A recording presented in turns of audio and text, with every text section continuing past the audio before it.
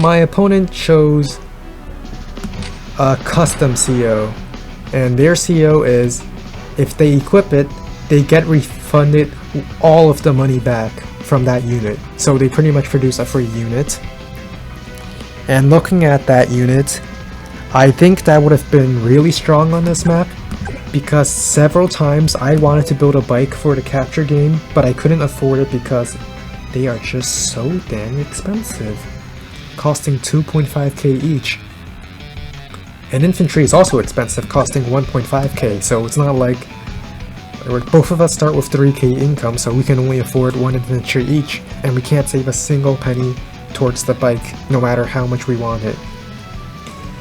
So being able to get refunded the cost, boarding cost minus 100%, they could really get ahead on the capture game very quickly, and whenever they're done with the capture game, they could just delete the unit with the CO, build a medium tank or something, equip a CO on that one, get refunded all of the money back, then just build a second medium tank, so it's like they got a medium tank for free. So that's what you could do. My opponent did not do that, but I recognized the possible use of it. Don't know how good it actually is since I don't play Days of Ruin that much. And also the fact that this is a custom CO, so I don't really know much about him. But seeing how he works, I think he is pretty strong on this map with the capture phase and then the early pressure. His only weakness is that his CO zone is 0 and he has absolutely no power. So he's just a free unit running around doing stuff. In other words, I have to pressure my power against him. And I picked Isabella because she's the safe pick, let's be honest. Alright, first things first, I go for my neutral base. Didn't equip the CO zone on this, so I don't know what was the point of that base. I mean, what's the point of that bike? Maybe you get the property a little faster, but you're down on a lot of income because you're base skipping turn 1.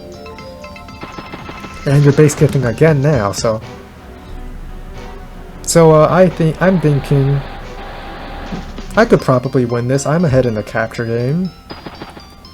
Going for only bikes now, which...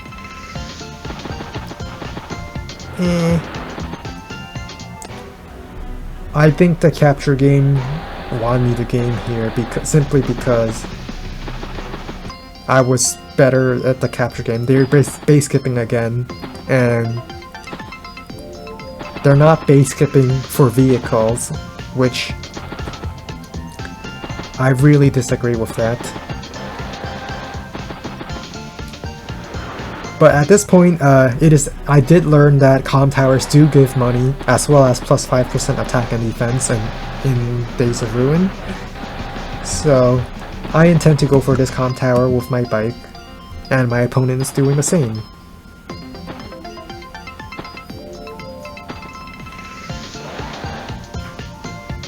And we can just see how far ahead I am in the capture game right now. I'm capturing a lot of the properties on the right side, and they're not even touching the properties on the left side right now because of all the base skips. They can catch up eventually with the bikes since bikes are fast, but bikes are stronger than infantry. So that is another advantage bikes have over infantry, but I do disagree with the capture phase here.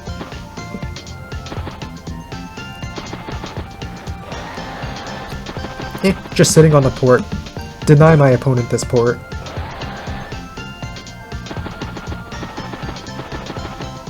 But where my infantry is weaker than bikes, I make up for in numbers. So that's the plan.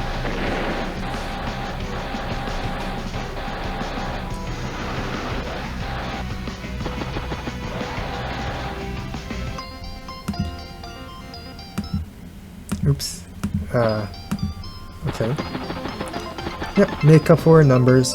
It's actually rather hard to wall break bikes with infantry, but infantry is still a good wall, as there still requires 2 bikes to break them.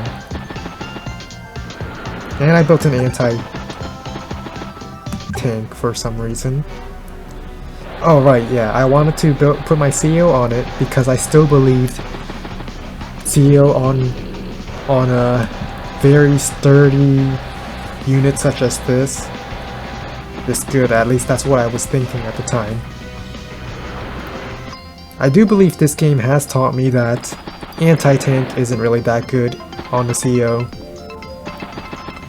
It's way too slow, and that Wayland game from last time definitely should have taught me that high mobility and being able to damage to get your power as quickly as possible, well, it's definitely the better choice here. Put my lander to block the medium tank. As I said earlier, whatever unit he puts a CO on, he gets refunded 100% of the money, so he could just build a second medium tank for free, for pretty much.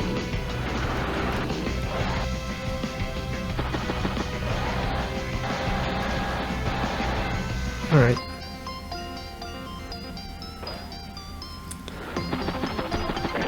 Once again, I sit on the ports here to deny it to him.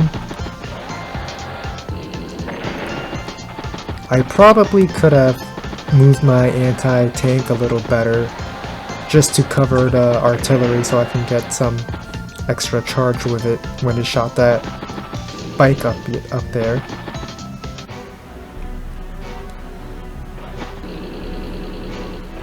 Artillery gets shot, and I think, okay, it's fine, my tank is in range of it. I can probably get some nice charge from it.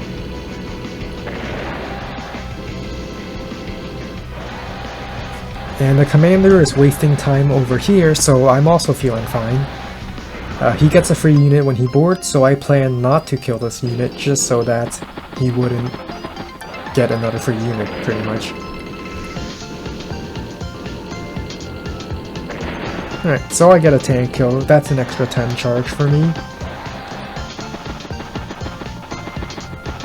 Maybe it's better to keep my anti-air on the right side and maybe he would sacrifice his units for it, but that requires your opponent not playing that well. Kills my artillery, which honestly I could have put a better placement on it.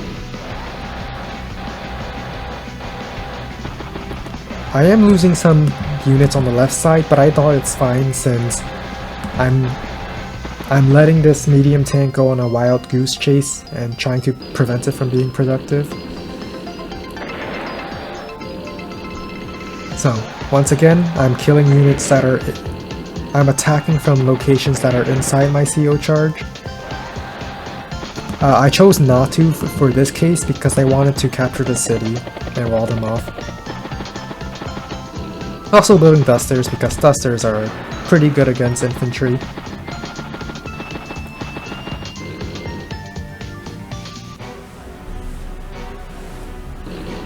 And yeah, my anti-tank here took a lot of damage. So this moment was the moment I knew that anti-tank probably isn't that good of a unit now.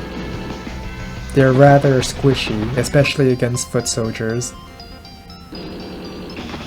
But I got my power, all my units get +2 movement and +2 indirect range. So I intend to utilize it to the fullest. My day-to-day 20% attack and defense is now global as well.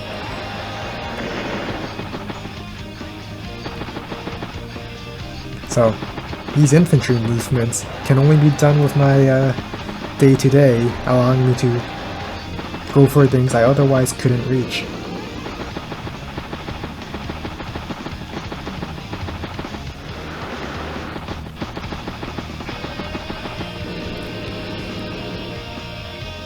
And I decide to build a medium tank of my own, because I will need some response to the medium tanks.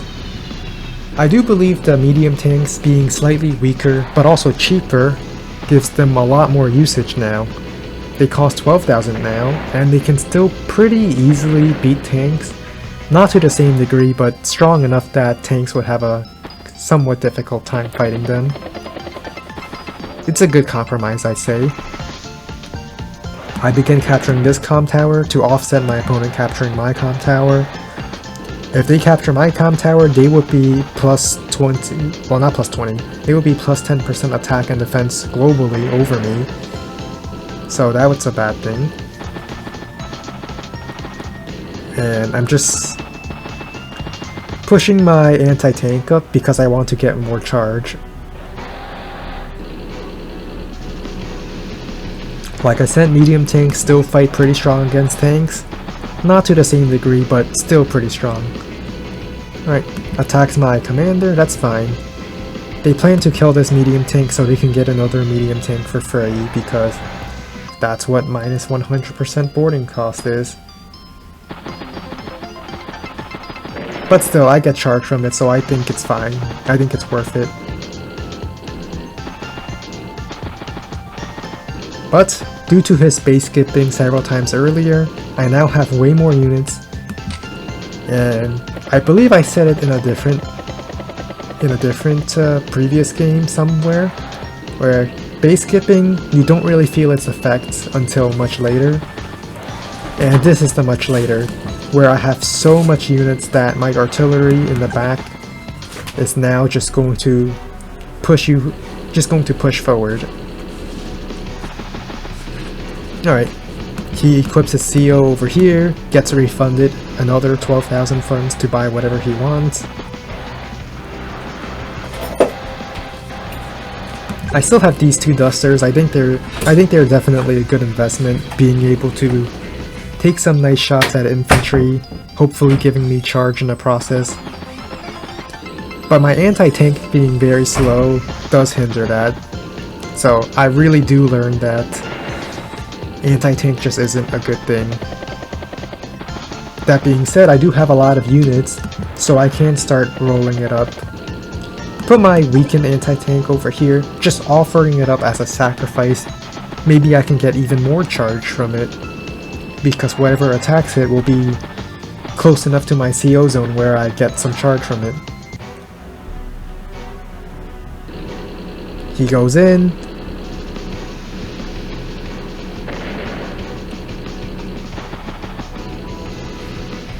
Right.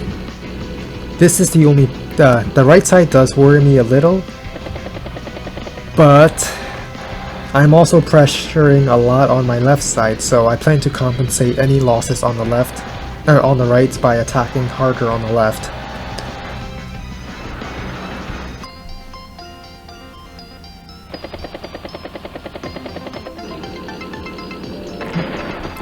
Getting some... just trying to compensate for my losses on the right by attacking on the left. And the center.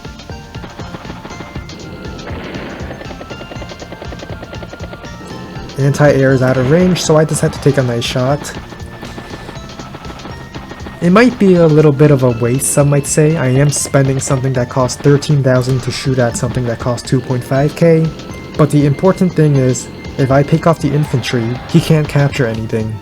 His main strength are the 5 medium tanks he has on the right, so I'll let my vehicles deal with the vehicles, and let my dusters pick off the infantry.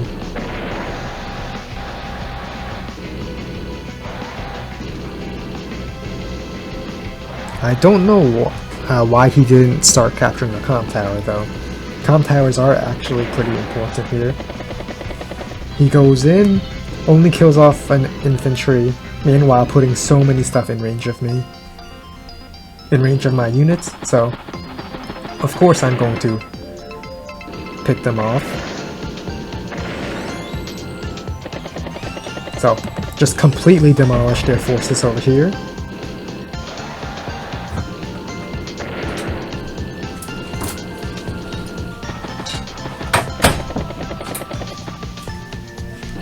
And I continue picking shots off. Get a good shot on the rocket.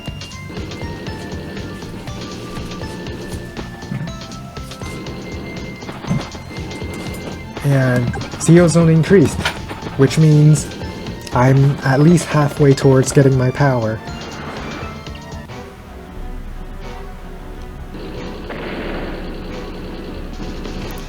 shoots at my anti-tank. Now that is a pretty strange thing, I would say.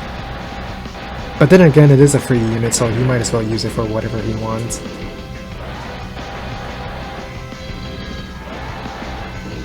I don't know why the fighter is so afraid. I mean, this fighter was pretty much irrelevant because it just kept running away.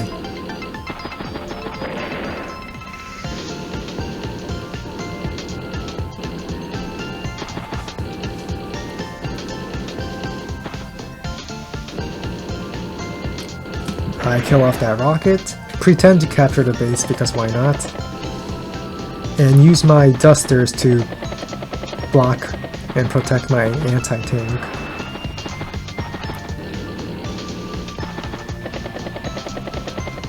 Right, one of my medium tanks has now reached veterancy status. I sacrificed so many let's go back a little. Okay. I sacrificed an infantry and a tank just to delay the capture of that comm tower.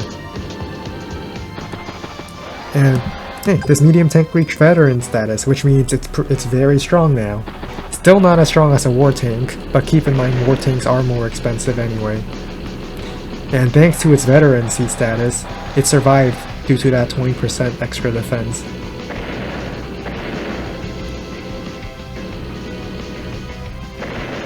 And he resigned. Okay. I'd say my opponent made several mistakes throughout the game, especially during the capture order by base skipping so many times, allowing me to get a huge numerical advantage, as well as a huge income advantage. So, like, in other words, it doesn't matter that you got a free medium tank, I simply overpowered you with more numbers, and which defeats the whole purpose of getting that free unit. But I also learned that, yeah, anti-tank is pretty slow.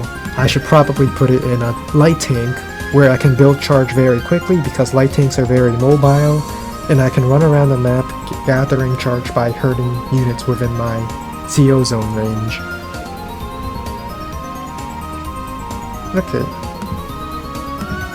So